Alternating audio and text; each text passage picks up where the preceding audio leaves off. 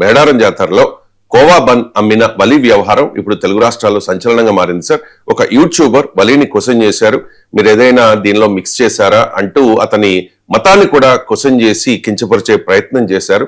So బలికి support అయితే పెరుగుతోంది సార్. ఈ బలి వ్యవహారం, కోవా బన్ వ్యవహారం మీద మీ కామెంట్ ఏంటి సార్? అంటే ఒక్క మతానికి సంబంధించిన పండుగలు, ఉత్సవాలు, కార్యక్రమాల్లో మరో మతం వాళ్ళు వ్యాపారం చేయకూడదు రాజ్యాంగంలో ఎక్కడా లేదు సార్. నరేంద్ర మోడీ ప్రభుత్వం అధికారులకు వచ్చి 11 ఏళ్ళు పార్లమెంట్ లో చట్టం చేశారా? అన్ని మత వ్యాపార నిషేధ చట్టం అనేది చేశారా? ఇప్పుడు మీకు ఎవరిచ్చారు అధికారం? సో పేదరికానికి మతం ఏంటి?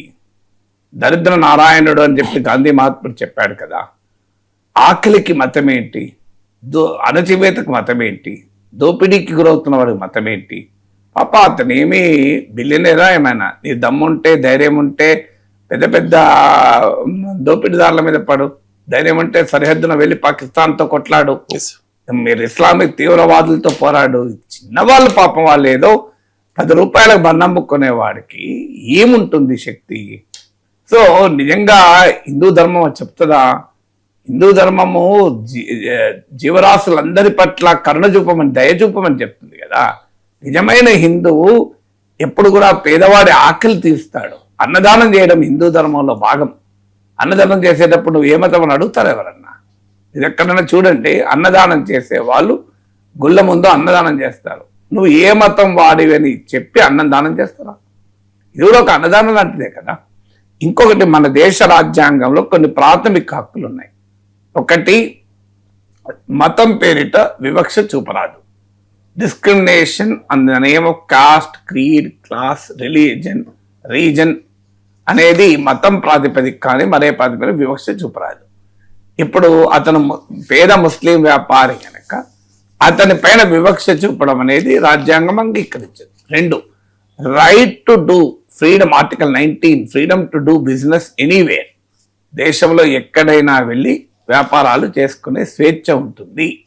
ఆంధ్రప్రదేశ్కు చెందిన అతను గనక తెలంగాణలో వ్యాపారం చేయకూడదు, ముస్లిం గనక హిందూ పండుగల్లో వ్యాపారం చేయకూడదు, హిందువు గనక ముస్లింలా అప్పుడు వ్యాపారం చేయకూడదు అని ఎక్కడా లేదు.